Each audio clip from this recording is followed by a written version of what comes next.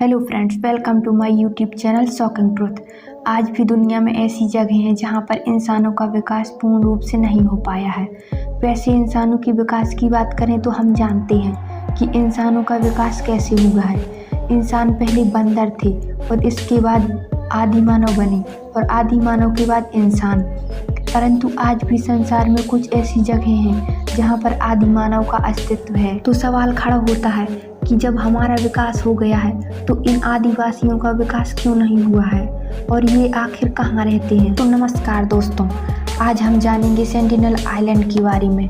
इस आइलैंड पर सेंटिनलीज आदिवासियों का घर है। इस आइलैंड पर जिसने भी जाने की कोशिश की है वे जिंदा वापस नहीं आया है। यह आइलैंड 69.67 वर्ग किलोमीटर में फैला हुआ है।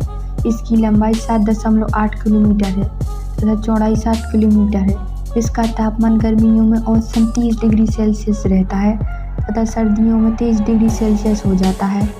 इस आइलैंड का आधिकारिक जिक्र 1771 में मिलता है, जब ईस्ट इंडिया कंपनी का व्यापारिक जहाज आग को जलते हुए देखकर वहां पहुंचा, परंतु वह लोग वहां उतरे नहीं और दूसरी बार भी एक मालवाहक जहाज 1867 में इस द्वीप के किनारे क्रैश हो जाता है। इस शिप में लगभग 86 लोग थे। उन लोगों को पता नहीं था कि यहाँ आदिवासी लोग रहते हैं। जब ये लोग नाश्ता कर रहे थे तो आदिवासियों ने हमला कर दिया। बड़ी मुश्किल से इन लोगों ने उनसे जान बचाई और इन्हें कंपनी के जहाज ने रेस्क्यू किया। इस आइलैंड पर मनुष्य का दूसरा कॉन्टैक्ट 1880 में हुआ, जब मॉरिस पोर्टमैन अपने सहयोगियों के साथ इस आइलैंड पर पहुंचे। वहां आदिवासियों का समूह तो नहीं मिला, परंतु एक वृद्ध आदिवासी और एक औरत मिली और उसके 4 बच्चे मिले, जिन्हें वे किडनैप करके पोर्ट विलियर ले आए। कुछ समय पश्चात आदिवासी की मौत हो गई और महिला की भी मौत हो गई और बचे 4 बच्चों की हेल्थ पर भी इफेक्ट पड़ने लगा, तो मॉरिस उन्हें वहीं आइलैंड पर छोड़ आए। फिर 70 साल तक कोई कांटेक्ट नहीं हुआ और फिर 1967 में त्रिलोकनाथ पंडित इस आइलैंड तक पहुंचे। ये अपनी पूरी टीम के साथ थे। जब आइलैंड का निरीक्षण करने के लिए दूरबीन से आइलैंड को देखा गया तो आदिवासी लोग इधर उधर भाग रहे थे, क्योंकि उन लोगों ने नाव को देख लिया था। और ठीक उसी वक्त एक तीर आकर के सीधा डायरेक्टर को लगा। गनीमत रही कि डायरेक्टर उस तीर से बच गए। जिस आदिवासी ने तीर चलाया था वह पेड़ के नीचे बैठा हुआ हंस रहा था।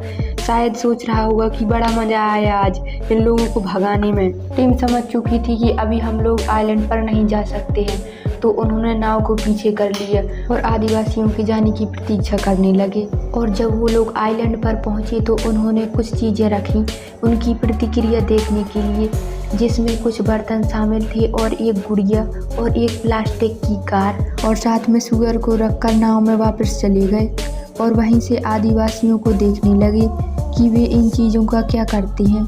आदिवासियों ने अपने काम की चीज़ें तो अपने पास रख ली, परंतु सुअर को मारकर रेत में दबा दिया और यही हाल गुड़िया और कार के साथ भी हुआ। ये देखकर उन्होंने आदिवासियों के पास जाने की कोशिश की, परंतु आदिवासियों ने उनका तीर से स्वागत किया, जिसे देखकर टीम को फिर से वापस आना पड़ा, जिससे कि ये प्रयास भी असफल हो गया। और कुछ दिनों के बाद 1991 में पुनः त्रिलोकनाथ पंडित और उनकी टीम के साथ एक लेडी भी आई, जिनका नाम था मधुमाला चट्टोपाध्याय। और ये सभी आइलैंड पर गए और मधुमाला चट्टोपाध्याय ने एक नारियल आदिवासी की तरफ फेंका। उस आदिवासी ने नारियल को तो उठा लिया, लेकिन उसने मधुमाला चट्टोपाध्याय की तरफ अपना धनुष तान लिया। लेकिन उसी वक्त एक महिला आदिवासी ने आकर उसे धक्का दे दिया और उसी वक्त त्रिलोकनाथ पंडित की टीम ने, जो कि नाव पर थी, उन्होंने पानी में नारियल बहाना शुरू कर दिए और आदिवासी जो पीछे खड़े थे उन्होंने नारियल उठाना शुरू कर दिए। और कुछ समय के बाद त्रिलोकनाथ पंडित और मधुमाला चट्टोपाध्याय के हाथ से आदिवासी नारियल लेने लगे। उसी वक्त कुछ तस्वीरें ली गई थीं जो मैं आपको दिखाना चाहूँगी। ये रही वो रियल तस्वीरें जो उस वक्त ली गई थीं, जिससे ये प्रयास तो सफल रहा। इसके बाद भी कई असफल प्रयास किए गए, जिसको देखते हुए सरकार ने इस आइलैंड पर जाने के लिए बैन लगा दिया। और जब सन 2004 में आइलैंड पर सुनामी आई तो सरकार ने इस आइलैंड के निरीक्षण के लिए एक एरोप्लेन में टीम भेजी और जैसे ही एरोप्लेन इस आइलैंड के नज़दीक पहुंचा, वैसे ही आइलैंड से तीर आना शुरू हो गए। इसको देखते हुए एरोप्लेन वापस आ गया, जिससे अंदाज़ा लगा लिया गया कि आइलैंड के आदिवासी सभी सुरक्षित हैं। तो फ्रेंड्स, मैं आप लोगों से एक सवाल पूछना चाहूँगी कि जिस आइलैंड पर आदिवासी रहते थे उस आइलैंड का नाम क्या है? तो आप लोग कमेंट सेक्शन में इसका उत्तर ज़रूर बताना। तो मिलेंगे नई वीडियो में किसी नए रहस्य के साथ, तब तक के लिए गुड बाय।